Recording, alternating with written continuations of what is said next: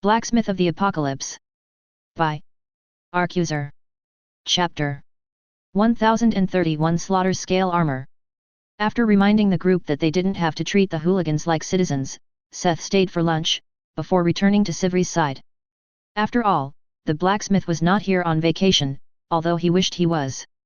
Even when he joked about vacation, he actually looked forward to making the Slaughterer's set, as it was something completely new to him, and making something new was always fun. "How is it going, Sivri?" he asked as he returned to their room. "Almost done," the golden dwarf answered cheerfully, looking up from the decoration made of arcane gold and mithril she was working on. The display of finished decorations, beads and pearls, carved from gems and fashioned from precious metals had grown considerably.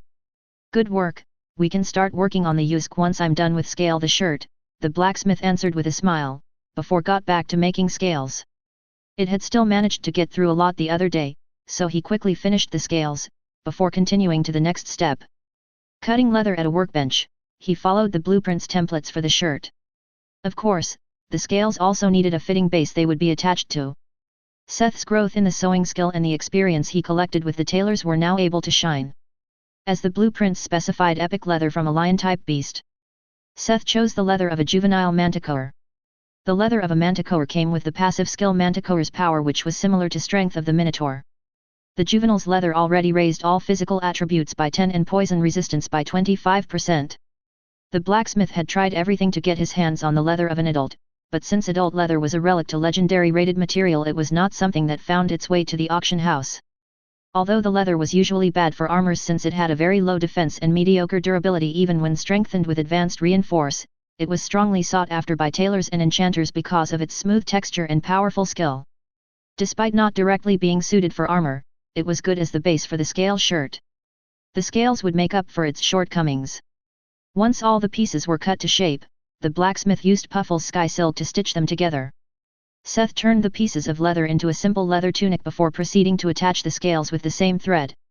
He could have used Karen's obel and energy manipulation 3 to fuse the scales onto the tunic, but this way he increased the effect of the sky silk as well as his composer of fusion skill, as sewing became a bigger part of the work. 2 hours later, Sivri came to his side. "I'm done with the parts you asked me for," she reported dutifully. "And I am, too," Seth said between each stitch as he attached the last scale. "Ding! You have finished a special item. Plus 100p power of existence."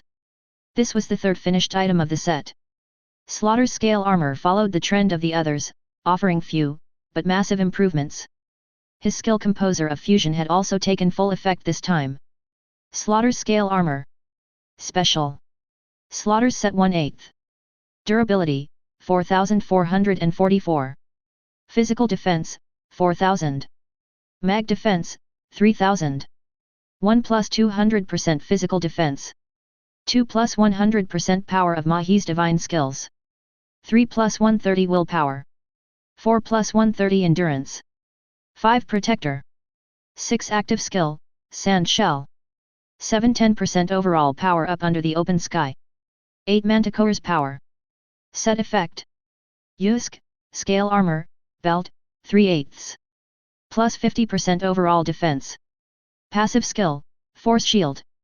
A fine scale armor made of special materials and created by the hands of Master Smith, the first Master Blacksmith, Master Enchanter and Master Goldsmith on Earth. A holy armament of Mahis and part of the Slaughterer's set, designed by Te, the Heliopolian god of craftsmen. Requirements, chosen of Mahis. Apart from the effect and the skill, the scale armor was also influenced by Puffle's silk, granting a power up under open sky and the leather, having Manticore's Power.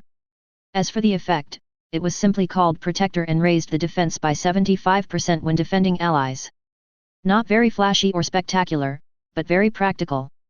The effect worked in synergy with the skill it offered, Sand Shell. This active skill covered the user with sand from the surroundings which formed a form shell. Its strength depended on the amount of sand used in the creation of the shell. In addition, there was the set effect that became visible, not that one of the three was finished.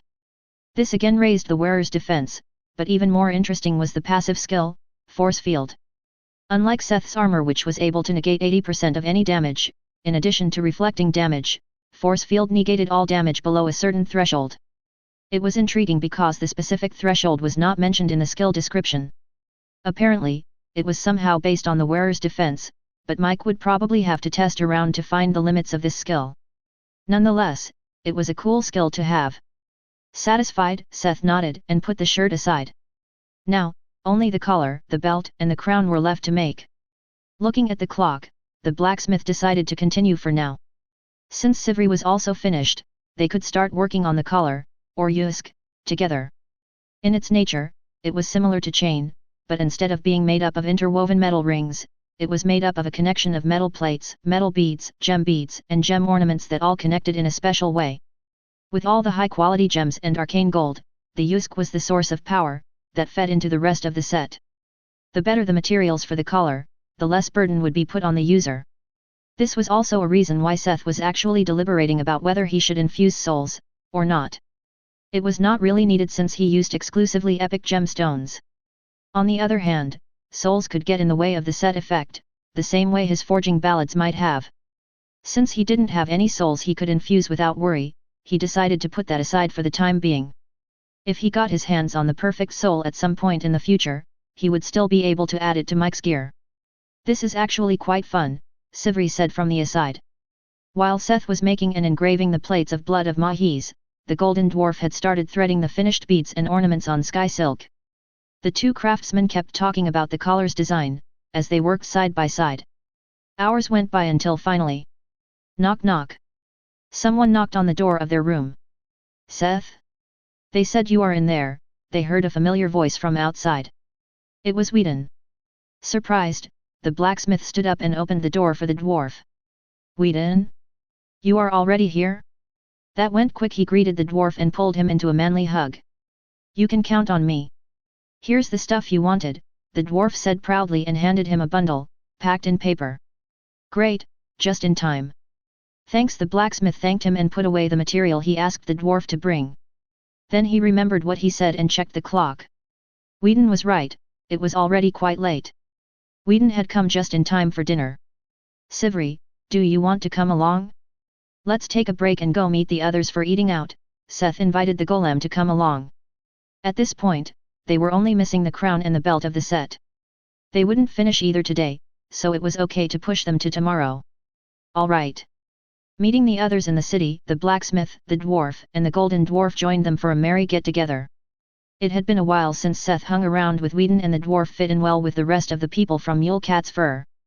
Despite always expecting it, nothing bad happened today. They were simply out drinking and having fun. And he was right, nothing untoward happened that day within the boundaries of Little Gamma. Yet, while the people of Minas Mar were enjoying their short respite from chaos, dark clouds were brewing elsewhere. Chapter 1032 Midnight Deals. Outside Little Gamma. Under the cover of the night, a group of masked figures met on a peak, with a view of the massive tree in the distance. Some wore clothing of the voracious cloud continent, others had completely hidden themselves with dark cloaks. How many people did we manage to smuggle into the actual city? One of the cultivators asked. The half-faced silver mask did little to really hide his face, instead, it accentuated his charm in the starlit night. We have our people inside. Do not worry, they won't be the problem. What about your side? One of the completely cloaked people asked instead. With the recent incidents, especially stalking Cicada and the death of Elder Gak, we were able to rope in several families in addition to the Silk River sect who is getting ready for a full-on war. Until the final, we will probably gain even more allies, a different cultivator, wearing a golden monkey mask explained.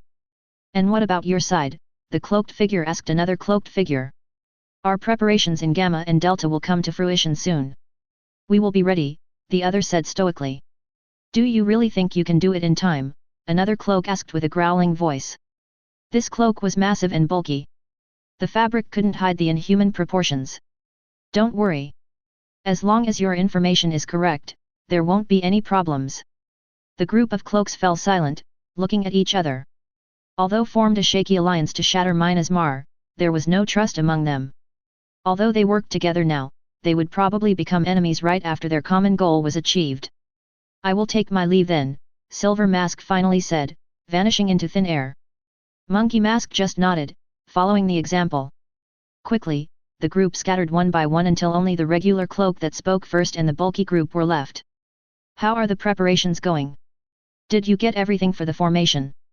Cloak asked bulky cloak. That you aren't satisfied after swallowing the merchandise of several soul traders? He said with a shaking head. It was hard since we used a lot on the one in Y City, but yet. We have enough for a smaller one. It should be able to just fit. Good, Cloak said satisfied. Don't forget the price. Bulky threatened. Don't worry, I will capture Tanamol for you, the regular Cloak promised confidently. He probably won't leave Emerald City. If it wasn't currently on lockdown, my men would have already apprehended him. Can't you just break in, get him, and run off? No, they actually believed that bullshit from Mina's march. They are giving the barrier all their power and attention. Even if they forced their way in, my men would not get out anymore, Cloak interrupted Bulky. Tisk, fine.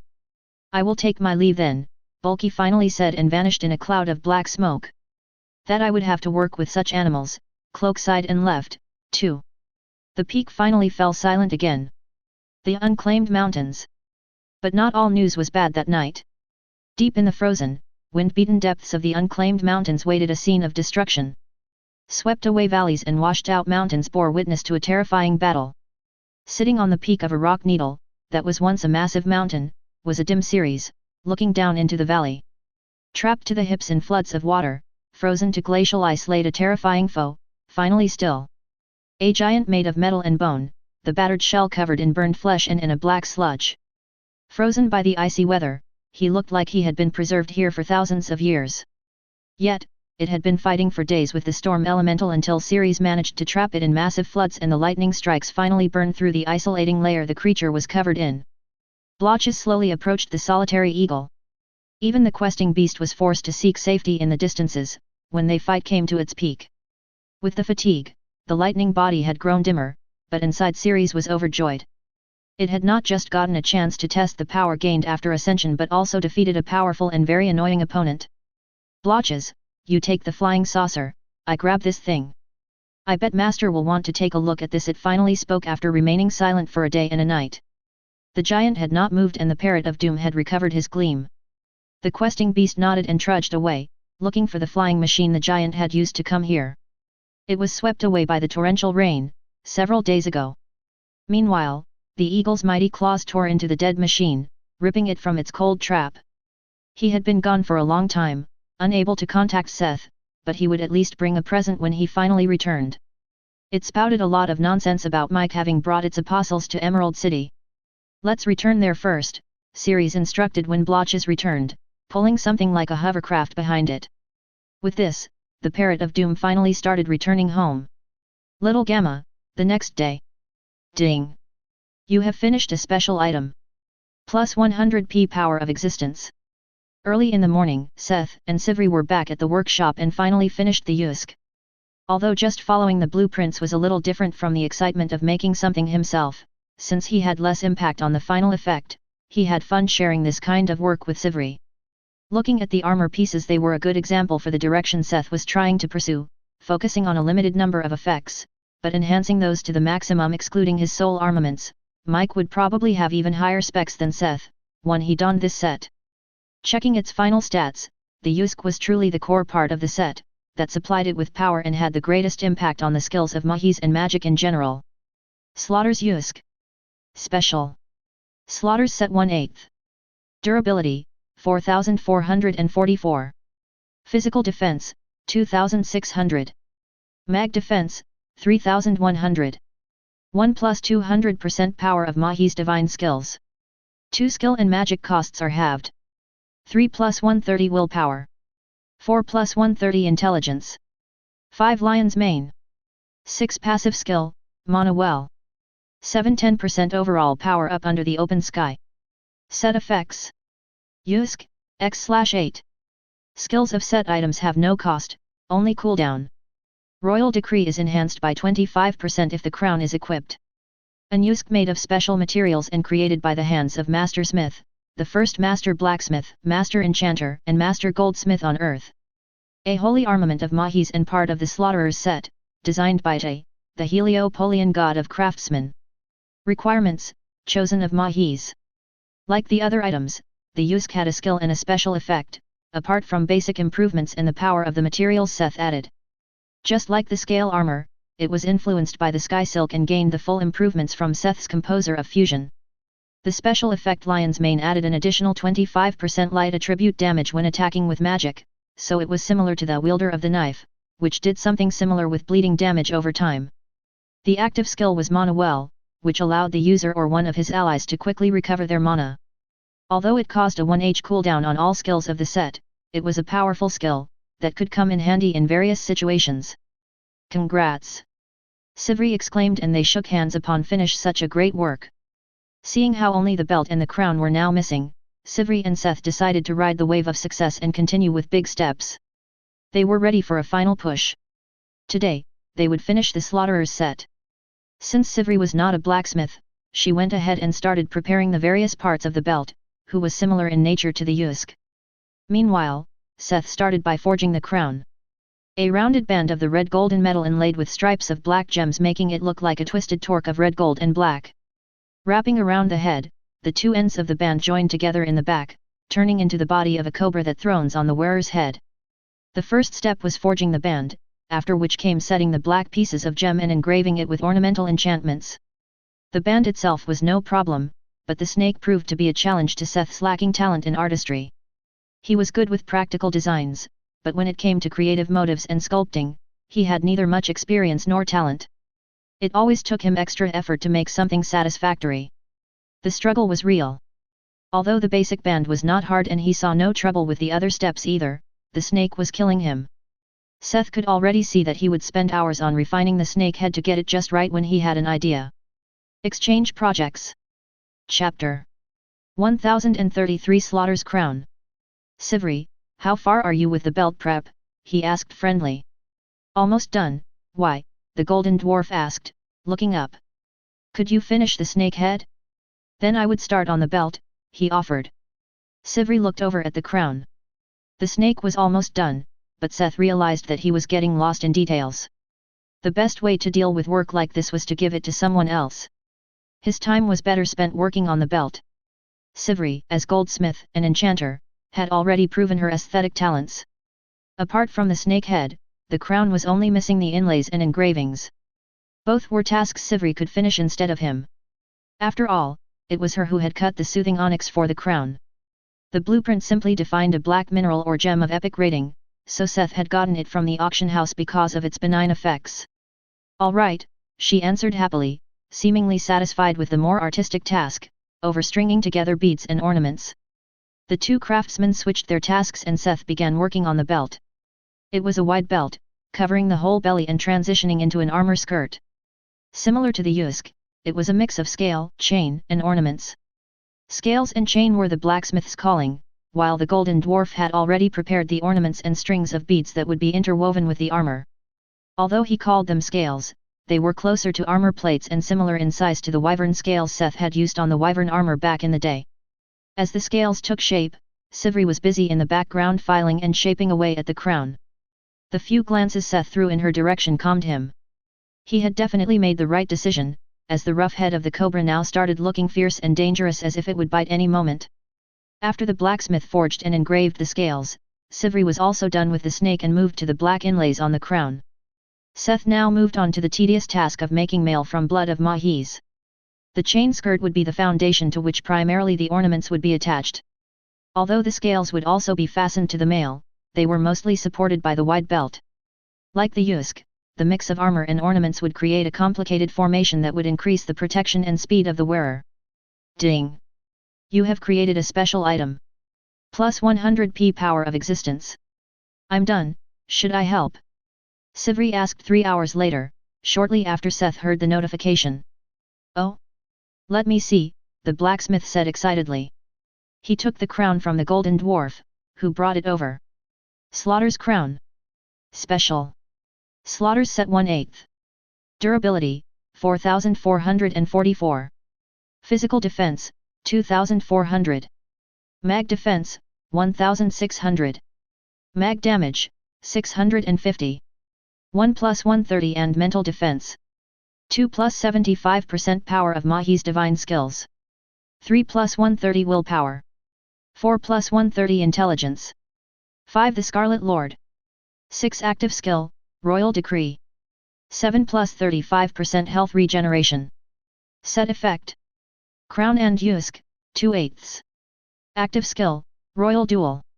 Plus 25% to the suppression effect of Royal Decree. A crown made of special materials and created by the hands of Master Smith, the first Master Blacksmith, Master Enchanter and Master Goldsmith on Earth.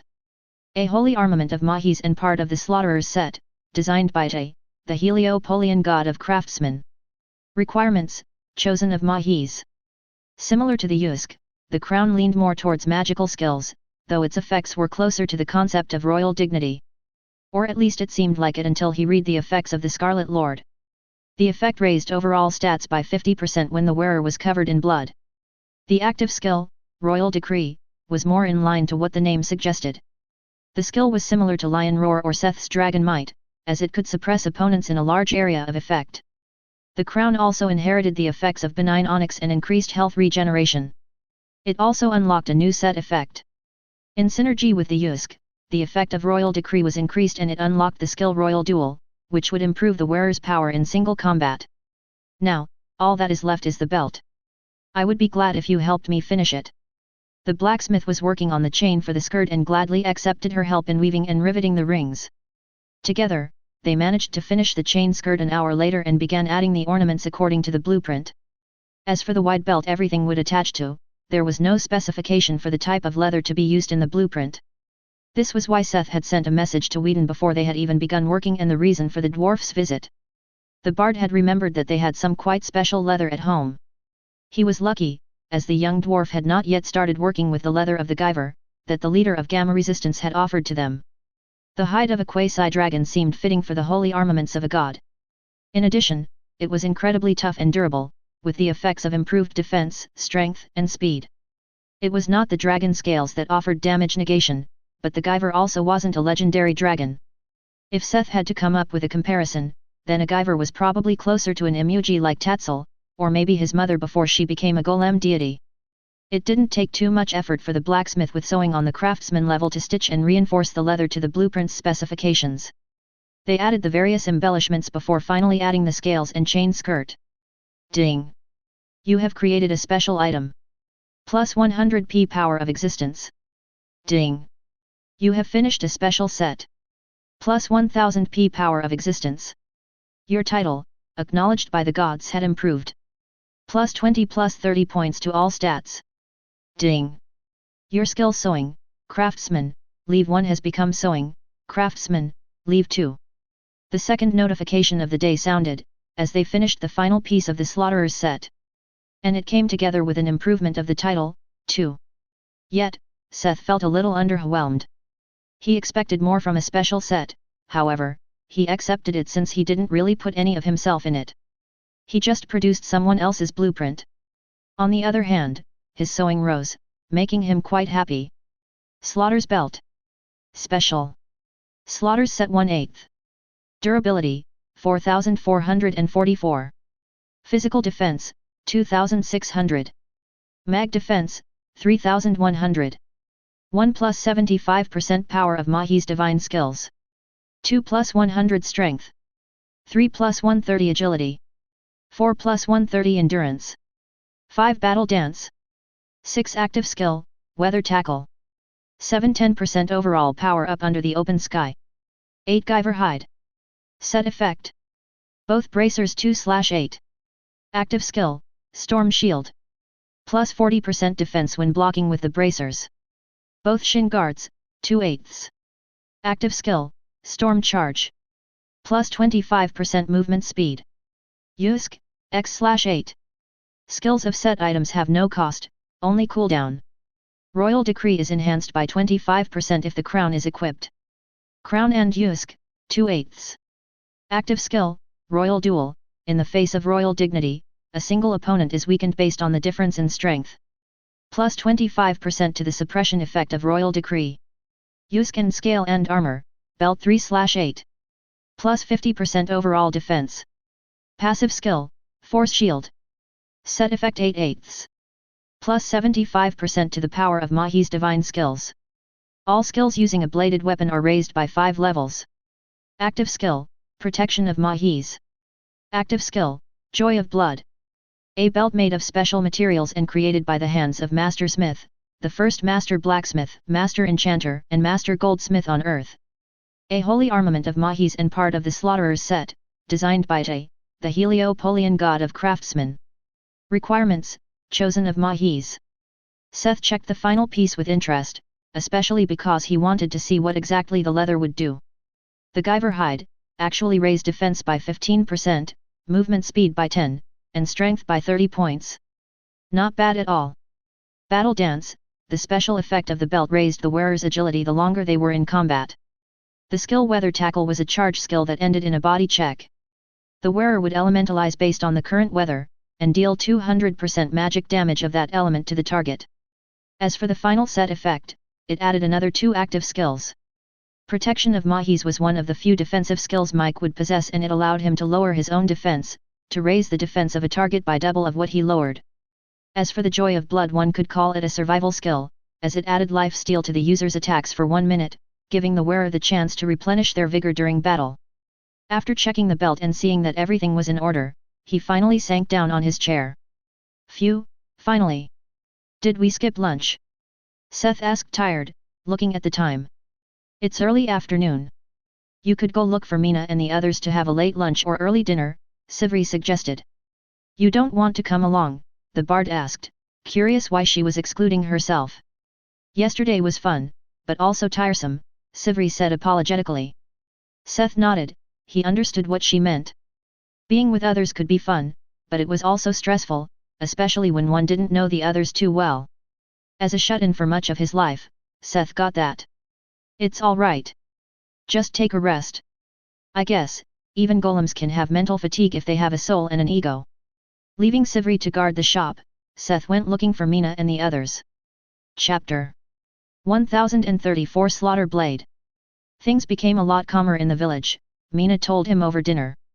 Really? Seth asked, surprised.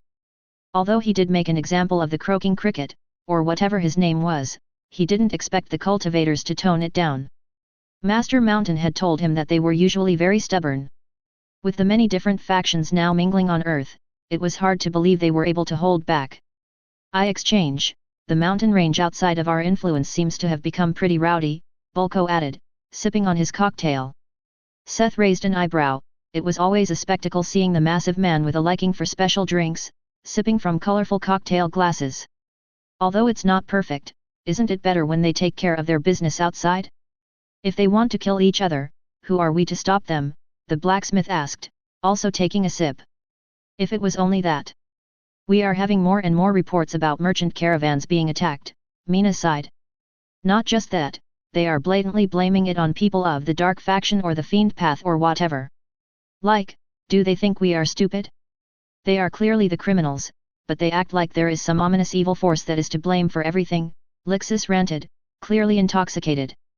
Are you sure? Seth asked, a little confused as to why someone would act like that. Yet. They blame people who have clear witnesses for being somewhere else and don't even bother hiding the blood on their swords, so to speak. They even try to sell the stolen goods, the elf exclaimed, slamming her fist on the table. PFF, yeah, they call us savages, but they don't even have an idea that all the stuff traded on Earth has meticulous records and serial numbers that identify it, Ray added, shaking his head. How are the people with recommendations faring? Seth asked for the natives from the worlds of the Pathworks. After all, they would have to face a similar culture shock, yet he heard little about problems with them. Quite well actually. Although the adventurers are a little rowdy sometimes, Bryce is keeping a tight grip on who he actually gives the pass to. Same with the system church. They know it's them losing trust if they let troublemakers in, Mina answered. That's good to hear. And the others? Are the cultivators also attacking them? Minasmar advertised the tournament everywhere, but that didn't mean they would let just anyone into the city. In general, people from other worlds would arrive through the system church, as its branches were usually located in the middle of a tree station. They had to make sure to somehow regulate the people that were allowed to enter the city from there. That was the recommendation system. There were different rules for the Pythian village. Since they also expected a lot of spectators and participants, almost everyone was allowed to take residence in the Pythian village. However, they would have to get there through the land route, mostly traveling from Delta to Little Gamma. Ray clicked his tongue. Not that we would know. They leave the group under the banner of Minas Mar alone, but we have no idea about the others since there are little to no records. Even if we find out that a group of visitors vanished, there is no telling whether it's monsters or people that got them, he said depressed. How far are Baker and his people? Maybe we could make an extra station for the Tree Express, to make sure people from Delta can reach the Pythian village. Although this would require some more planning, maybe this was the safer option. It wasn't like they could start patrolling the mountains. That would just spread out their people, making them prone to be picked off. I don't know, but it's a good thought. You should call Mary or Lena for stuff like that, Ray answered. Grabbing his communication orb, as Ray mentioned it, Seth found that he actually had a missed call from Hone. Excusing himself, he called the dwarf back. Hone was currently making preparations using the durable Olympian bronze Seth had created before setting off for Y City. He just hoped that the dwarf had not met any problems. Seth? You called back quickly. Hone answered the call surprised. Hey Hone. Why did you call? Did you meet a problem somewhere? Seth asked worried. No, on the contrary. I called you to let you know that I finished all the stuff you asked for. Everything is ready for the next step, the dwarf told him with a laugh. What, you really? Yep, the warehouse is full of crates now. The guys are already complaining to me, so it would be good if you returned soon and took care of it. I see, alright. I think I can return in a few days. I only have Mike's swords left to make. When the quest is finished, I will return. With a smile, Seth returned to the restaurant. As exciting as it was to follow an exotic blueprint and learn something new, it couldn't compare to seeing one's own creations come into reality. With his new experiences from the Slaughterer's set, he also had a few ideas to refine his previous design. You are beaming, was it a good call? Finn asked, emerging from a cake. Yep, it has to do with my plans when I return to Minas Mar, he said with a smile. Are you going to return soon? You can't go already, you just came. Finn exclaimed crestfallen. Don't worry. I will be here for a few more days and I will be back once I'm done with the project, he assured her. Apart from the ongoing two, Seth currently had no other pressing projects. The golems in Y City could also do without him. Nothing spoke against taking a vacation afterward. Mina's and Finn's moods rose, hearing that Seth was going to spend the time up to the Pythian Games with them. When Seth returned the next day, it was finally time to forge the Slaughterer's blades. From the 12 billion Argentine pesos Seth originally cast, only 2 remained. The amount of materials Mike had gotten perfectly fit the required amount, as long as the blacksmith didn't fail the production. Before he could get to the forge, his communication orb started vibrating. Someone called him this early in the looking at the clock, it wasn't early anymore by any means. Unable to be reasonably upset about the call, Seth took it. Seth? Lena? What can I do for you? I just called to ask when you will return, the princess answered calmly. Arim, it will be a few more days, why did you ask? He estimated roughly. Don't worry, it's nothing pressing. I just wanted to inform you to come to the embassy before vanishing in the workshop again. There is someone who wants to surprise you, she explained. Surprise me, who? The blacksmith asked curiously. If I told you, it wouldn't be a surprise. Just remember to come to the embassy first. All right. Good, don't forget, she said and ended the call. A little puzzled, Seth put the orb back in his pocket. A surprise, hey? He was curious but didn't think too deeply, since the tasks at hand needed his full attention. Heating the bars in the forge, Seth grasped Karen's obol. The slaughter blades were pretty straightforward. Once the metal was up to heat, the blacksmith started driving the first bar into length and width. Under his practiced hands, a single-edged short sword took shape. It only had a slight curve, but a very wide-bellied blade. One could stab with it, but it was obvious that this blade was made for hacking and slashing. After the blade, came the handle. No scales, no binding, no crossbar, the slaughter blades were one continuous piece of blood of Mahis. After the first blade was shaped, he created the second as its mirror image. Then he ground them. The design had no bevels, the whole blade was all edge. When the shaping was done, he started engraving. Unlike the other items, the blades were not embellished at all, they were Spartan in their decoration, and brutal in their design. The engraving for the blades was very fine, complementing each other. They concentrated on the handles, with only one small strand of illegible characters flowing across the wide blade, from the handle to the tip. Seth was forced to use magnifying glasses to properly engrave the fine yet dense symbols. Ding!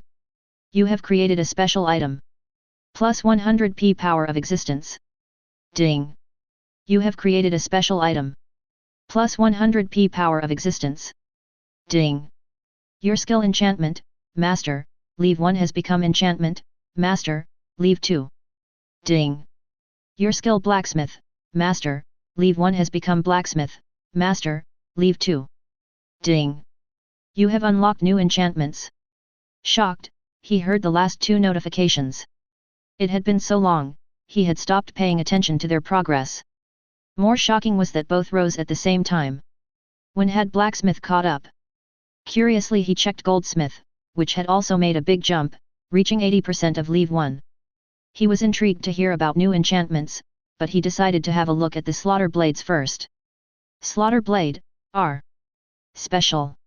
Durability, 4444. Physical damage, 2222. 1 plus 150% power of Mahi's divine skills. 2 Blade Master. 3 Slaughter Blade. 4 Crimson Flood. 5 Passive Skill, Scourge of the Battlefield. The right Slaughter Blade made of special materials and created by the hands of Master Smith. The first Master Blacksmith, Master Enchanter, and Master Goldsmith on Earth.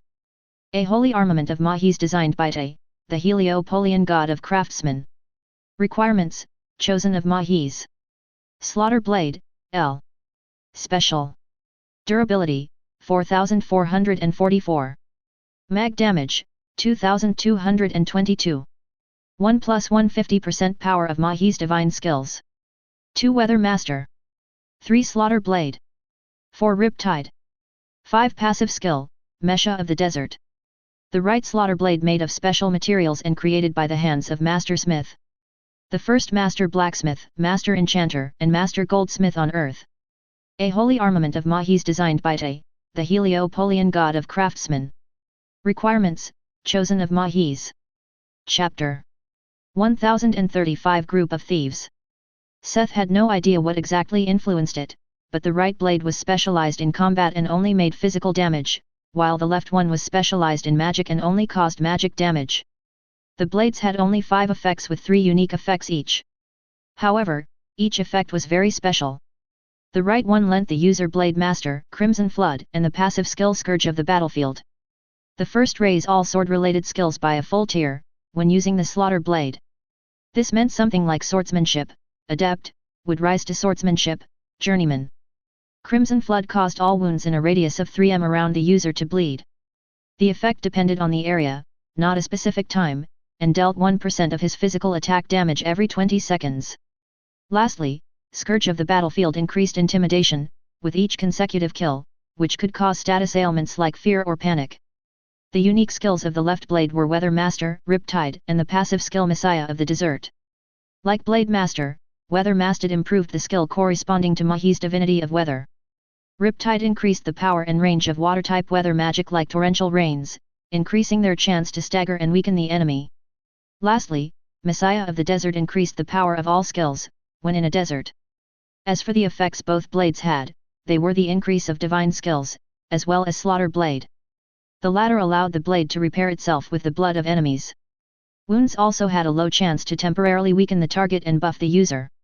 The Slaughter Blades as a pair were a powerful fit to the Slaughterer's set, however, the left blade was not universally applicable to every warrior. Although it dealt magic-type damage, the effects only applied to people that dealt with weather-type skills. The right blade was not bad, yet Seth was confident he would be able to make a better weapon, depending on material and specialization on the user's needs. Of course, there was always the choice to enchant them further using soul infusion, but this was a different issue altogether.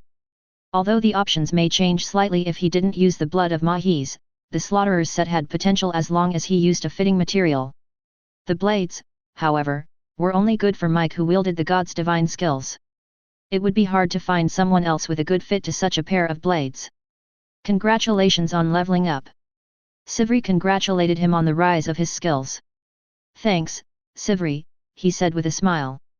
The quest had also updated, now showing slaughterers set and the slaughter blades were completed and all that was left was handing over the items.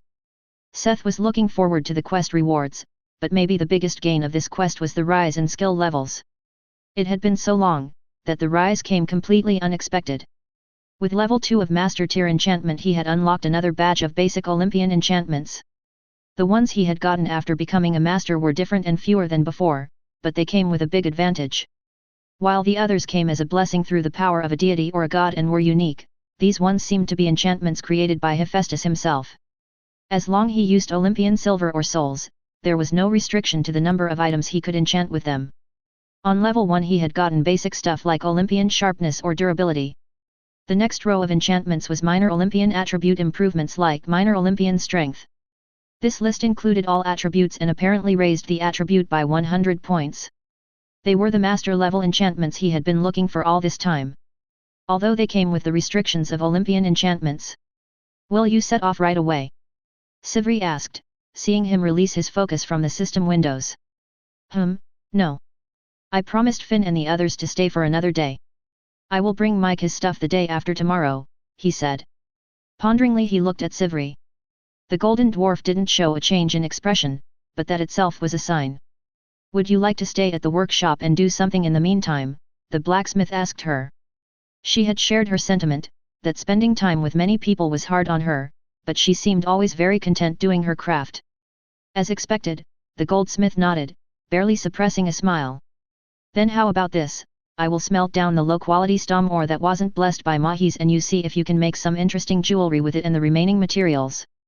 That sounds interesting, the dwarf agreed. It didn't take long for him to refine the remaining back of storm ore he had gotten from Mike. There was a reason, this was called the low-quality ore. With the furnace being able to change size, he was able to refine the remaining sacks in one go. After refining the material, barely a fifth of the original weight turned into a material called Tempest Bronze. The remaining stuff was slag. From the 20 bags of low-grade ore, he got about as much refined metal as from the 1 bag of high-grade ore. Here, you can use them however you like. I will go look for the others then, he said, presenting the bars of Tempest Bronze to her. Thank you. Have fun, he waved after him as he left the room. After stepping out, Seth remembered that he probably should call Mike about the finished item. So he did. You already finished, the other's voice came from the orb. Yes, I will bring it to you the day after tomorrow. Let's meet at the system church. I will be there. A day later. So the guys we are looking for aren't cultivators this time? Seth asked again. Since he wanted to spend time with them, he followed the others on their patrolling. Yeah, apparently they are a group of thieves that were stealing from cultivators, Ray reiterated. Unlike players with their inventory, most cultivators were easy targets for the thieves and their almost magical skills in stealing. How are you sure it was them? We aren't. We are just going to talk with them. Whether it was the other worlders or the cultivators, both were a source of trouble. While the people from the Pathworks were quite well behaved inside of Little Gamma, it seemed that there were a slightly bigger problem in the Pythian village. Probably because only people with recommendations were allowed to enter the main city, while anyone was able to enter the Pythian village if they came through the land route. After all, Delta did not police who was able to enter or leave from there, so these more problematic people willing to join the games or trying to gain something here came from there. Apart from criminals and adventurers, there were also visitors and audience for the games. Begrudgingly, Seth also had to accept that there were various religious organizations trying to gain a footing in the less organized Pythian village. They were the only people whose money didn't interest Seth, though they had to tolerate them because of their advertisements. Anyone was welcome, a motto he came to regret a little. But it was not all bad, the Pythian village was thriving, with many exotic merchants and traders setting up shops and stalls to sell their wares to the prospective participants and audience. Just like there were bars and restaurants in the style of the Voracioso Cloud Continent, there were also simple bars, pubs, and inns Seth knew from the territories under the Krana Empire. Now, the group was entering one of those inns. Apparently, the suspects were supposed to live here. You thieving little cockroaches, they heard from inside as a body came flying through the door and slid across the street.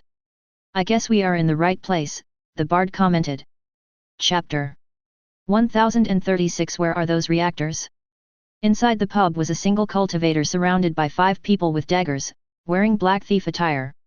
The man in the center had several cuts in his clothes, bleeding from various shallow wounds. He had long, black hair and sharp eyebrows. His sleeveless robes revealed the arms, thick like trunks.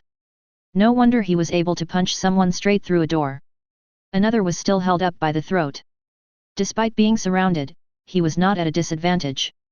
When the 5 surrounding him charged at him using assassin skills, they made a painful acquaintance with his feet.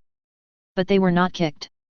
The man jumped in the air, balled his toes into fists, and unleashed a shower of strikes at the quick and partially transparent foes. Facing the absurd scene, the group from Myanmar could only watch incredulously. At least one thing was clear, the thieves they were looking for were not innocent, so their conversation with them became obsolete. What do we do? Help them? Bulko asked baffled. Were they supposed to save the villains they were about to beat up? Seth looked around, but it didn't seem like there were any civilians in the bar. Most people present were cheering for the fight. Nah, neither of the parties pay taxes and they aren't endangering anyone. Let them tire each other out, the bard said and simply shrugged his shoulders. The foot fister seemed to be in control of the situation, so they waited until all the thieves were knocked out on the ground. Mr. Fister was also sensible enough not to kill them. After the thieves were beaten black and blue, the man turned towards them. He joined his hand in front of his chest and greeted them with a light bow. You must be the benefactors from Minas March. My name is Hannibal Cho. I'm sorry for the commotion. These people tried to take my already lacking purse, so I was forced to defend myself. He even apologized. It was clear that this man was of a different caliber than the usual hooligans that made trouble in the city. At this point it might be worth mentioning, that there were probably more people like him, who were at least civil on the surface, than genuine troublemakers who unapologetically committed crimes. It was just that the ones who started fights in public were more often the cultivators than not. It didn't mean all of them were annoying hooligans. Hannibal Cho's apology even seemed genuine. Very unusual. Do not worry, we are not here for you, Ray said and stepped toward the thieves on the ground. As the Saint of Solfium, he was able to sense evil and lies with great accuracy. This was why he knew that Hannibal was not lying. To go even further, at no point had he gone for the kill, while the thieves had constantly tried to silence him forever. Are you the 5 thieves? Funny how there are 7 in your group. Is that how you got rid of witnesses? Mina asked, bending over the moaning assailants. We will take care of them if you don't mind. Bulko approached the cultivator and picked up the bruised brigands. Please do, Hannibal answered with another bow. Bulko piled them up, after which Ray's miasma rose from the ground, grabbing and binding them. The 7 of them would be photographed and put on the blacklist. Once they were thrown out, they wouldn't be able to enter the barrier of the Pythian village again. Do you intend to join the Pythian Games' tournament? Seth asked Hannibal curiously. The cultivator nodded with a benign smile. What weapon would you ask for if you won? Gauntlets? Or boots? The blacksmith couldn't help but ask. Although it was a little unorthodox to call boots a weapon, depending on the design they could very well be. For example, Seth's previous disruptor boots, which could create a shockwave when kicking someone, were definitely a weapon. To be honest, I have not thought of it yet. There are many strong people and I dare only dream of winning. I'm joining tournaments to spread the name of our school, as the disciple of the Fist Emperor. I might not become first, but any youth with a talent for the fist I can set on the right way, is a win for me, he said righteously. The weird thing was, that his passion seemed real. Okay, you should give it a thought anyway. Goodbye. While Seth had been talking, the others had already finished cleaning up, so he hurried after them.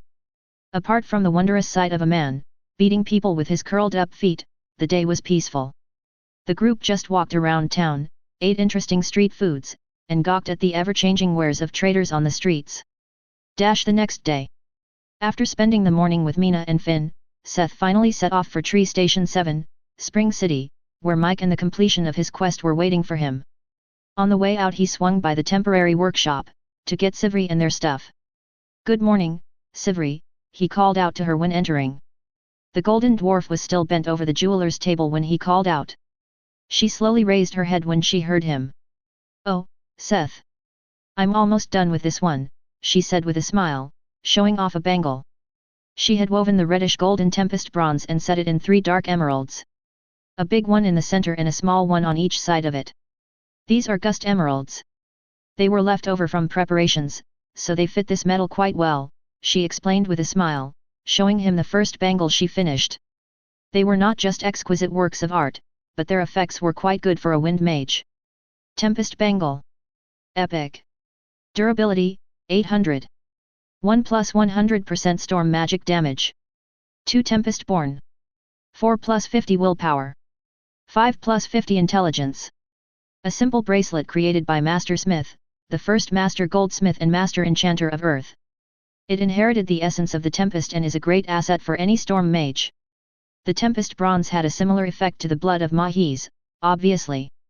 Instead of the divine skills, it improved storm magic and came with the special effect of Tempest Born, having the cost of wind magic and raising wind affinity by 20%. After checking the bangle, Seth agreed to wait for her to finish the second one. Only after it was done, did he unsummon the workshop, including Sivri, and left the branch office. On the way out, he used the communication orb. Mike? Yeah, I'm leaving Little Gamma now. Yeah, meet me at the System Church, the blacksmith called the Chosen of Mahis. They met at the church because Seth didn't have any interest in running around Spring City right now. After finishing the quest, he intended to travel back to Minas Mar, where Hone was waiting for him. There was barely a month left until the Pythian Games and Seth wanted to finish this mega project before the start signal for the games fell. Although he had only a superficial understanding of the enchantment on the Slaughterer's set, they had given him some inspiration to improve on his own designs, especially for this project. From the System Church in Little Gamma, the blacksmith ported to the teleport formation in Minas Palin. Lately, the crowd in Minas Palin had shrunk. Since the teleport hub of the Adventurer Guild was finished, many traveled directly there. Minas Palin was now mostly a relay station for Orihumas, to evade the system god's random teleport. He wasn't there for long. After the coordinates were calibrated, the bard appeared at the branch of the System Church in Spring City. Tower Master, one of the staff approached. Sir Mike is waiting for you in private room NR.9. Here is the key card, he said and handed him a plastic card. One had to acknowledge the fact that the System Church had quickly adapted to local technology. Although there was a comparable product created with magic engineering, they were quite expensive, to Seth's understanding. Mass-produced technology on the other hand was much cheaper, leading to the money-minded church's open-mindedness to change. With the branch taking up a whole crown scraper tree and using keycards, the church was almost like a hotel. It actually did offer rooms for longer stays to visitors from other worlds, too. Mike, you here? Seth asked, after opening the door to room NR.9 with the card. Seth. Mike greeted him with a very high voice. That was because it wasn't Mike, but Lydia who greeted him first. They were watching something on the crystal ball when he entered. Lydia? What are you doing here? He asked surprised, as he had not expected her. You have something for Mike, and I have something for you, she answered and brought out a weird circular device with various cracks. The hashing bird we met at Morintu dropped this reactor when we looted it, she explained. I wanted to give it to you, but we kind of missed each other all the time. You could have just left it for me at Minas March. I forgot, she answered, sticking her tongue out. After handing over the memory storage I kept it to give it to you personally, but I was busy and forgot after a while. I see. Thanks, he said questioning, as he took the thing she handed to him. Damaged core reactor, crafting material. Relic. The fusion of technology and magic. An energy source created from a great monster core and various mechanical parts. Currently damaged and lacking various support systems to function properly. A relic, despite being damaged and incomplete. Seth wondered. After a moment he turned to Mike. Didn't you say you slew several of them? Where are those reactors? Mike looked back like a deer in the headlight. I usually aimed for them to kill them. Seth wrinkled his nose, giving him a mean look. Well, fine. Let's get this over with. Chapter 1037 Flowing Damage Carry. Seth was just joking. He didn't have the time or will to scold Mike. In life and death battles, he couldn't blame him for going for the vitals. Currently, he just wanted to get back home, since he didn't know how long the next project would take. Here, put it on, let's see how it looks, he said and brought out the crate that held the Slaughterer's set. One by one, he took out the various armor parts and explained their effects to Mike as the Chosen put them on. As the armor found its completion upon being united with the owner, a bright aura surrounded Mike as he abruptly turned into his massive lion form. Seth opened his eyes wide, as the slaughterer's set changed before his eyes. In the aura, the blood of Mahis turned a deeper red, while the various jewels integrated into the armor became brighter. An additional set effect appeared on the armor. Set effect, 8/8. Divine transformation can be kept up indefinitely. All magical stats are raised by an additional 45% during divine transformation. All physical stats are raised by an additional 10% in humanoid form. Quick, take the blades, too, he said and gave Mike the slaughter blades to see if that would also do something. Look and behold, the blacksmith was right. When Mike took hold of the 2 blades, they also gained a set effect. Set effect 2/2. Flowing damage carry. Flowing damage carry, cooldown, 30 seconds. Subtract damage from one blade and add it to the other. Seth marveled at the effect. During Mike's lion transformation, he would be able to lower one blade's damage to raise the damage to the other. This meant, in theory, either blade could burst out up to 4,444 points of damage. This also opened another path for usage that came in favor of the swordsman. Not only would Mike be able to adjust his damages depending on his opponent or the skills he intended to use, but he could also switch to mainly using a single sword, as he was used to. If he transferred all the damage to one of the swords, he could use that one as a main weapon, and the other in the manner of a parry dagger. While Seth is checking the options, Mike started waving around his new weapons and posing in his new armor. Ding! You have accomplished the divine quest, Armaments of Mahis.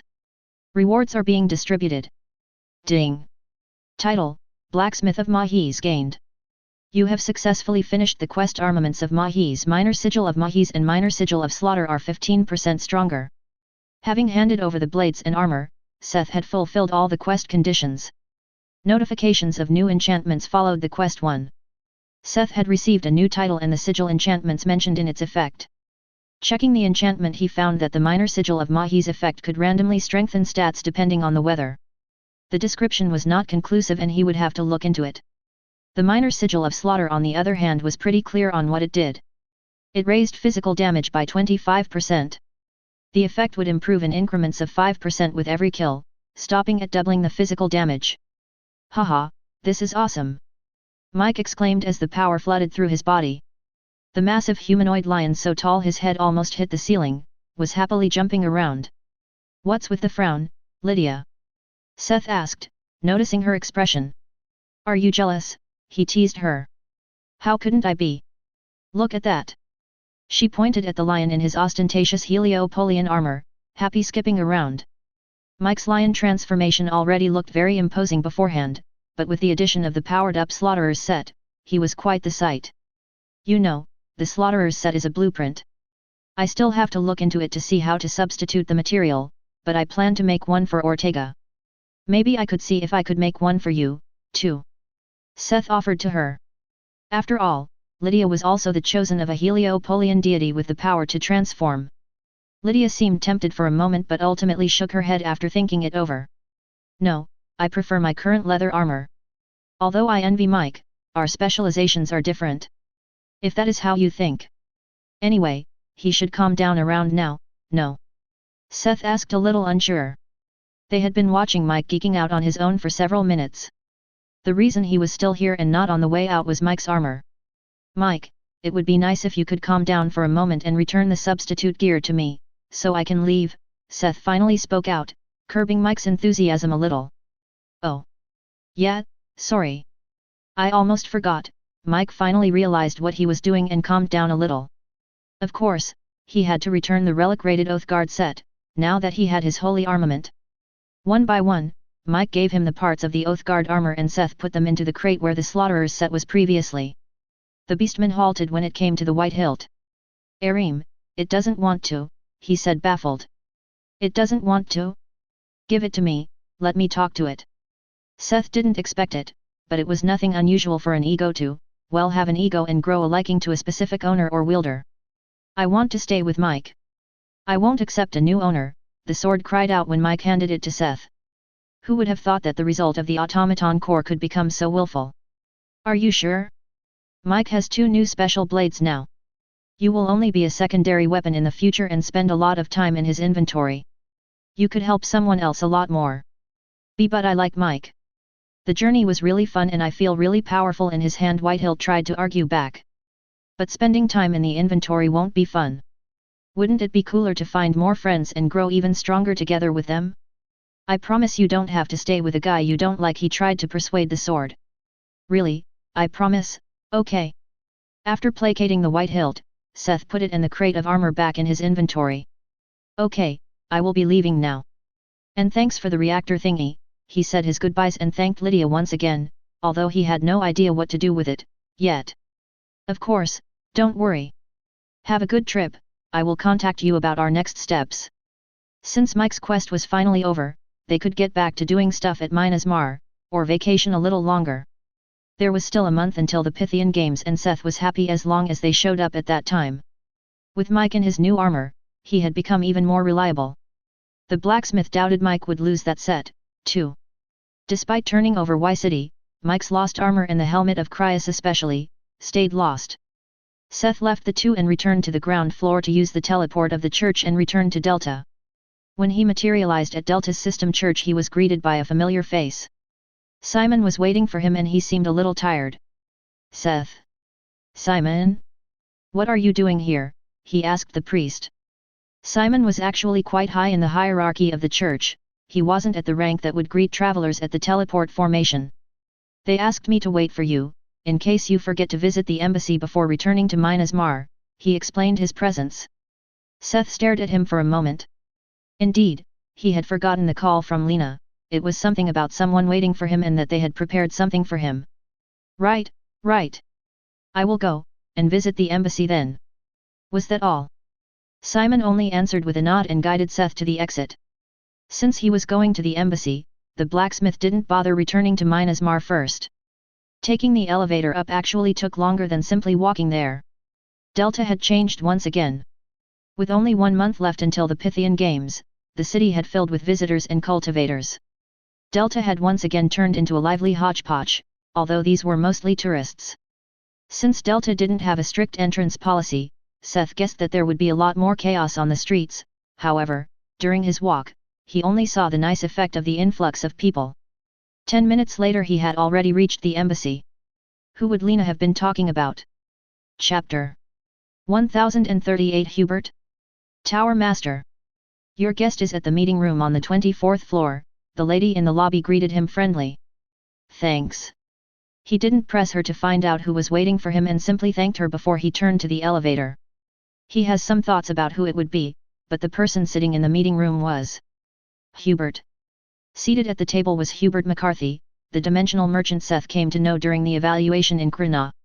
Seth had a short-lived commercial relationship with him before he simply vanished. Recently, Lydia and Ray had saved him from Emerald City, revealing the terrible darkness that hid behind the metropolis in the unclaimed mountains. Hello, Seth, the man greeted him with a slight smile. He was very skinny, compared to the last time they met. The time in captivity had left its scars on him. Visible ones and implied ones. You have a present for me?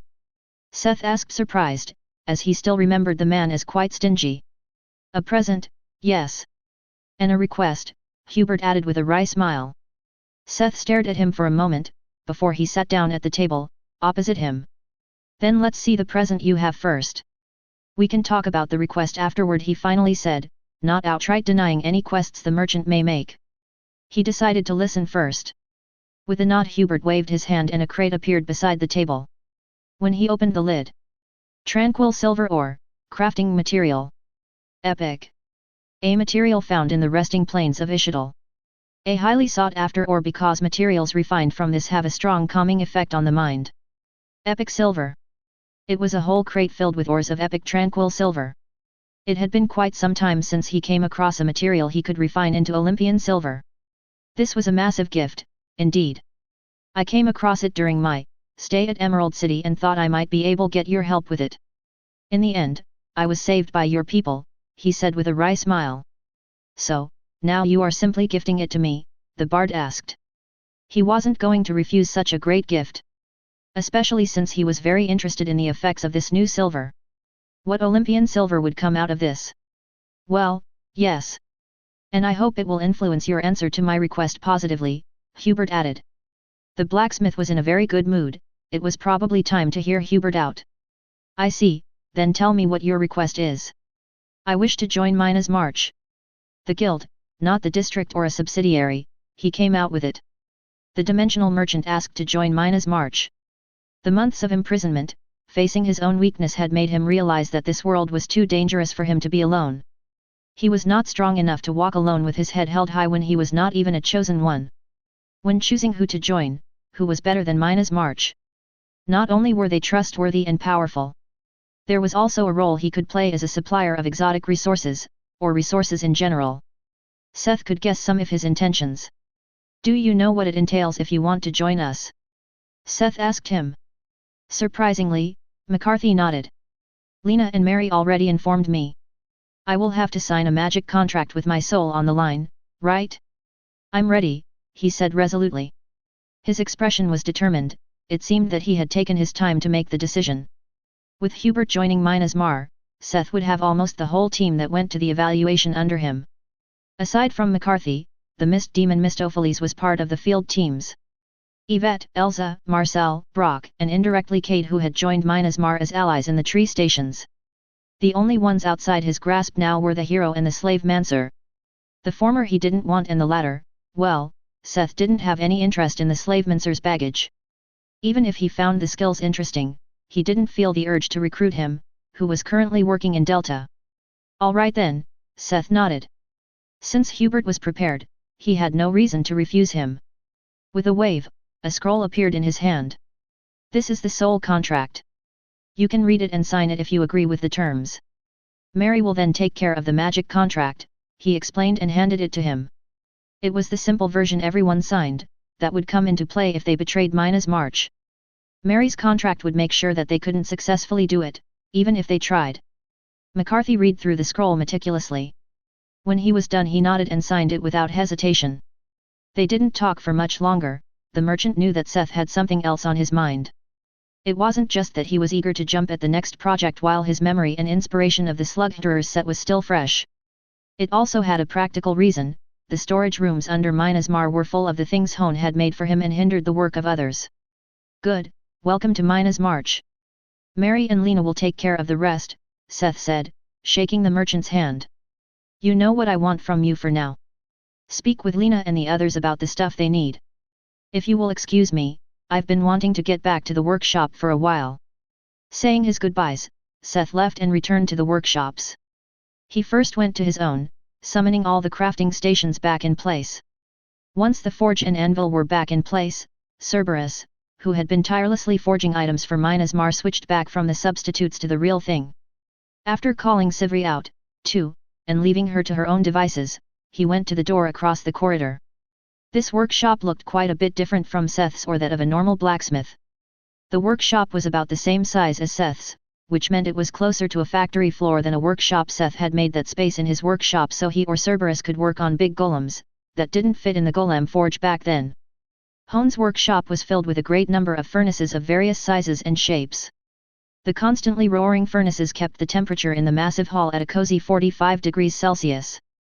While it didn't bother Seth or the dwarf, the helpers they recruited were sweating profusely. On the other hand, he had walls over walls with casting supplies for metal casting. As the dwarf from a world that veered off from the traditional image of dwarfs, he was specialized in casting magic items in great numbers. He was also the main supplier of their copper anvil stores. Hone, I'm back, the blacksmith called out. Seth? Oh, finally, the dwarf exclaimed relieved. The guys from storage were about to lynch me in the next few days, he joked. Then let's go quickly and relieve them from their worries, Seth laughed as he shook Hone's hand and pulled him in a short embrace. As they bantered a little and talked about what Seth was up to in the past few days, the dwarf guided him down to the storage area. It was part of the newer parts of Mina's Mar, Seth had excavated, using the tower's drone workers. The hangars holding the golems for sale were also in this area. Hone led him to a hall filled with crates and boxes. Which of them? All of them. And another 2 warehouses in that direction, he said, pointing his thumb down the hallway. Then let's see them, Seth said, rubbing his palms. Hone broke open one of the crates, revealing the fruit of his labor. rows upon rows of enchanted bronze plates. They glittered in the light of the magic lanterns that illuminated the room. Durable Olympian bronze plate of magic, crafting material. Epic. A plate cast from durable Olympian bronze the size of a hand and enchanted with a simple magic gathering circuit. This was it, the cornerstone for one of Seth's biggest projects, yet. I will need your assistance for the next few days, and we might recast a few of them. Are you ready? Seth asked, staring at the plate in his hand and then looking down the corridor, lined with crates like the one before him. I'm ready. Good, then let's get to work. Chapter 1039 The Colossus of Rhodes. What Seth aimed to build in the advent of the coming Pythian Games was the Colossus of Rhodes. In Erdhan legend, the Colossus once stood on the island of Rhodes, close to the peninsula of Theta that reached into Earth's great ocean. A massive bronze statue towering over a strait that led to the bay and harbor of Rhodes. When the bard deepened his knowledge of Olympian mythology in the library of Krna, he found that the massive statue of Helios was a recurring structure, more often than not described as something that protected the place it was built in. Seth found it was not too great of a leap in logic to think that it could have also been an automaton, or an incarnation of Helios himself in some places. Either way, there was a high chance of Hephaestus being involved. The blacksmith hoped for his trait Olympian myths to take effect, but even if it didn't, the Colossus would rise in Mina's march. Over the next few days, Seth included Hone, Sivri, and Tord in the planning for the mega-project. After his experiences with the Slaughterer's set, the blacksmith wanted to rework his previous design. The blueprint of T showed him that various parts with different magical effects did not have to disrupt each other, but could be used to create new overarching effects by arranging them in a greater pattern. Considering the size of the Colossus, there was more than enough space for special arrangements. As for the colossal body that would be their canvas for this project, it would be a slight patchwork. Because of the size of the colossi, the teams had not been able to bring a lot of complete bodies, with most of them being looted for parts. The blacksmith found the undead they had collected from the lower floors not fitting for this kind of project. The teams that went up, on the other hand, brought the bisected body of the colossal king as well as some of the knights back with them. Obviously, the body of the royal dungeon boss of the upper levels was the best fit, but he would probably need the golem forge to use some of the bones from the knights, to repair the places Allison had cut with her spatial magic. With the size of the Colossus, the bronze plates would be like skin cells on the massive being. With the help of the three others, they started to map out how the scales would need to be set, as well as what other scales they would need to complete greater formations. I have to admit, I never expected that I would be part of something this insane when I came to join you, Tord said admiringly during one of the long evenings they spent in the workshop. I'm glad you like it, Seth countered with a tried grind. Apart from some banter and conversation about the workshop stayed silent, as they all worked on designing different parts of the Colossus. Apart from Sivri, Hone, and Seth, Tord had another task apart from the enchantment. The experienced dwarven master was occupied analyzing the damaged core reactor of the hashing bird. If they could reverse engineer it, they would be able to put it, or several of it, into the Colossus. Although the magic collecting scales and the bronze's soul power were theoretically enough to power the golem, it was never bad to give it a power-up or have something to fall back on. If there was something Seth learned about giant golems, then that they needed a huge energy supply. On the fifth day, their silent working atmosphere was interrupted by the vibrating of a communication orb.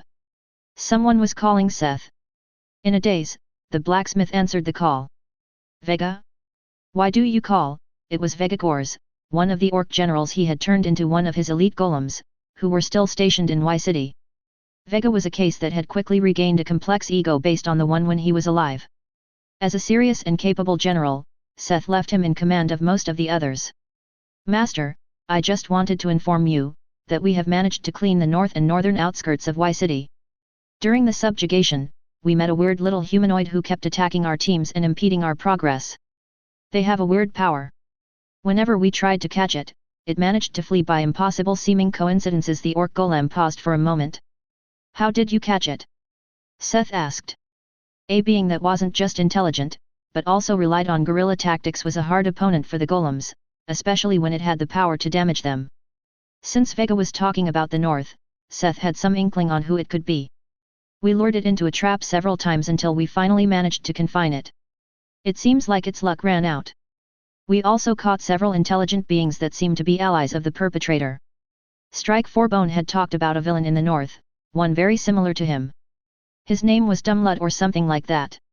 Now, the blacksmith also remembered that Strike had mentioned something about a court of cronies, but he didn't explain what that meant. Okay, but why are you calling me? Seth asked a little slow. He had been away for some time now. Master seemed interested in harvesting this creature when you talked to the little man in red. I thought Master may also be interested in the others. Right, at the time, Seth had held an interest in Fourbone's soul, but he didn't have a grudge against him. Dumlut on the other hand was a villain, and he attacked his golems. The soul of a cobbler, or well a leather worker, could be a good material to make a leather working station. The alchemy station had already proven its worth. While Seth was gone, someone had continued refilling the ingredients and taking away the potions. Without him even doing anything, his level in alchemy had risen to craftsman tier level 3. If he had a leather working station, it could farm proficiency for his blacksmith or sewing, depending on what he made. But to get the soul, he would have to go to Y City personally. He sighed. Fine, I will come over. Keep them locked up, he finally said, and ended the call after Vega confirmed the order. Guys, I will have to leave for a day. I will be back as fast as I can, he told the other three, before he laboriously stood up from his chair, stretching his tired limbs. The blacksmith quickly used lifestyle magic to wash up and called someone before he used the tower to appear at the tailor's workshop. Puffles, wanna make a quick trip to Y City? I got an errand there, he asked the Ivisor who had been lazing around at the tailor's place. The miniature version of the nightmare centipede looked up lazily. The great me, finds a simple errand not worth my time, Puffles refused. I'm in a hurry and only Puffles, the great, could possibly help me get there and back in time. We are going to look at new exotic beings that appeared with the awakening of the slumbering realm. We can also get some snacks on the way, he tried to placate the Ivisor. Some funning, some motivation, and a reward did the trick. Fine, but only because the new things sound interesting, the Ivisor said grumpily and entered Seth's pet space. 15 minutes later, the blacksmith appeared at the system church in TS12 at the edge of Ypsilon. Before Mark Baker or anyone else could hurry there to talk to him, Seth brought out Puffles and flew off, in the direction of Y City. He was able to sense the rough position of his golems, so they didn't have a hard time with the directions as they flew over the desolate cityscape. Seth couldn't help but notice that it seemed a lot cleaner now. After he and the troop of golems had swept through the city, they had gotten rid of all the monsters and corpses, now only the slowly growing moss and plants indicated that the city was completely abandoned. There they are. Let's land, he called out, when they finally saw the golems, after flying for about 30 minutes. It was the right decision to take Puffles. With the golem griffin, the flight would have taken more than 2 hours. Chapter 1040 Changes. Delta. The wave of cultivators Master Mountain had prophesied finally came. Over the past weeks, Delta had become a hodgepodge of people. Apart from the natives, travelers from foreign worlds, demons, and cultivators were now mingling in the streets. At least in some places. Not in this place. This place was a restaurant, built in the style of the voracious cloud continent. These had been popping up everywhere ever since they arrived in greater numbers. Delta, with its many empty real estate and plot of destroyed ruins, offered a lot of space for business-minded travelers. With these places popping up, some regions of Delta had become a mix of Earth's modern architecture and that of the voracious cloud continent, which was much more decorative. He didn't know whether he liked this change, as he entered the establishment. Have you heard about Riverside City? He heard someone whisper to a friend at a table. He knew what happened there. Riverside City was one of the towns that fell victim to the sudden change on the continent. It was a big city, filled with civilians, but not many cultivators. When the gates to the Pathworks opened, it was wiped out within a single night. It was one of the many tragic sacrifices he heard about, after his release from captivity. Did you get the message from the External Hall Elder? Another whispered to his martial brother. You also had a hunch about what that was about. It was time the changes reached this place. A few months ago, all great sects of the Xiguang province sent out their people and disciples to explore Earth and look for the reason for chi depletion through the connection to this world.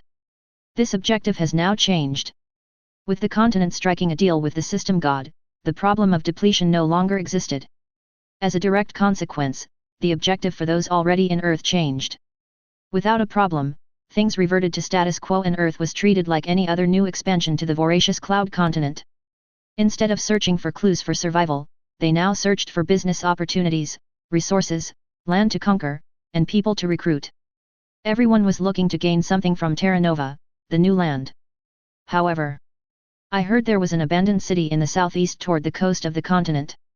It's called Way City, or something. We want to check it out. Do you want to come along? A young man in expensive robes asked his friend. When you talk like that, it becomes clear you haven't been here for long. Yeah, that place exists, but if you miss it and go too far to the east, you are toast. And the city itself is filled with monsters and bandits. It's not worth it, his friend told him, taking a sip of liquor. Toast? I get the monster, but what is east of Way City? The young man asked curiously. A forest. A terrifying one. Groups that announced that they would explore it never returned. I heard their soul lamps were snuffed out just days after entering it, the other explained, shaking his head. I see, then how about going north? I heard past the mountain range. The man in expensive robes stopped talking when his friend lifted his hand. My friend, tell me. Who told you all that? Who is trying to get rid of you? He asked gravely, after interrupting him. Master Mountain nodded. Someone was really after the young man's life. Everyone who spent a while in Delta knew about the north and what was happening at the northern wall of Delta. The north was filled with monsters spreading a terrifying disease even cultivators had a hard time resisting. Yes, they came to seek riches in this world, but Earth proved step by step that its dangers easily compared to or overshadowed those they were used to in Xiguang province. Even someone in the spirit-severing stage, above the nascent soul, could not guarantee their own safety in this world. The immortal originally came here to meet back up with Seth and talk with Mina's March. He was still conflicted about the current situation overall, but the change also allowed him to connect his sect and Mina's March. It would have been a lie to say that it was simply a favor to help a friend. You knew full well about the power of Mina's Mar, and he came to know Seth as someone trustworthy. While others were still too narrow-minded to realize, he would secure one of the greatest opportunities of Earth. A powerful and trustworthy ally for his people. Yet, he didn't immediately head to Mina's Mar's embassy, or Mina's Mar itself. He came to Delta because a friend contacted him and asked for help. After showing his token at the counter, a waiter led him to a private room on the upper floors. You came. Someone greeted him. A man looking almost older than Master Mountain was sitting alone at the table in the center. Judging by the empty bottles of booze in the room, the man had been sitting there for a while, drinking away solitude and depression. He had known the man for centuries. One could call him a rival, but he was also his oldest friend. They had both been the #1 disciples of the sect masters of their respective sects. Unlike Yu, his friend had already succeeded his master and became the leader of the Snow Falcon sect, while Yu was still an elder at the Luminous Mountain sect. You said it was urgent. Of course, I came. Also, I was in the vicinity when your message got to me, he said as he sat down, opposite his friend. Always one to joke. I'm glad you are here, I really need your help, he said and poured him some liquor. Stop holding back and tell me why you called me, Yu urged, seeing his friend in such a condition. My granddaughter vanished, Yu. I know she is still alive, but the light of her soul lamp is flickering. You have been roaming this world for a while, so I hoped you could help look for her. The other old man looks at him with sorrowful eyes, desperately clinging to his last hope, the help of an old friend. Yu nodded, taking a sip of the alcohol. Did you already start investigating? What did she do on Earth? Master Mountain asked focused. He did not hesitate for a moment, to offer his help to him. She was with a group of inner disciples from our sect. You know why we originally sent them here. Afterward they started exploring. Looking for treasures, nothing different from what we used to do, but Earth is dangerous, a little more dangerous than the backyard we used to explore, Yu ended his sentence solemnly. The other nodded. Apparently, they went to the east, intending to explore the mountain range north of the plains. At least they were not stupid, the east and northeast as the safest options to explore. If her soul lamp is still lit, chances are they met some powerful enemy or creature in the wild. We would need to search her, Yu reasoned. I know most of my disciples are already out there, but the area is just too great. They have not been able to find anything for days. I thought maybe you knew where to search. Sorry, I'm not that well versed in these lands, but I may have another idea. I might be able to organize some help to look for them, but they won't do it for free. It will cost you something. Are you really asking me to put a price on the life of my granddaughter? The sect master asked sarcastically. Good, then you can come along with me. I will introduce you to my friends. His friend had experienced firsthand what dangers lurked in the wilderness. Even the seemingly harmless places could cost one their loved ones. Now he would show him what opportunities lay with the people of this land. This was a favor to a friend. 2 friends, to be precise.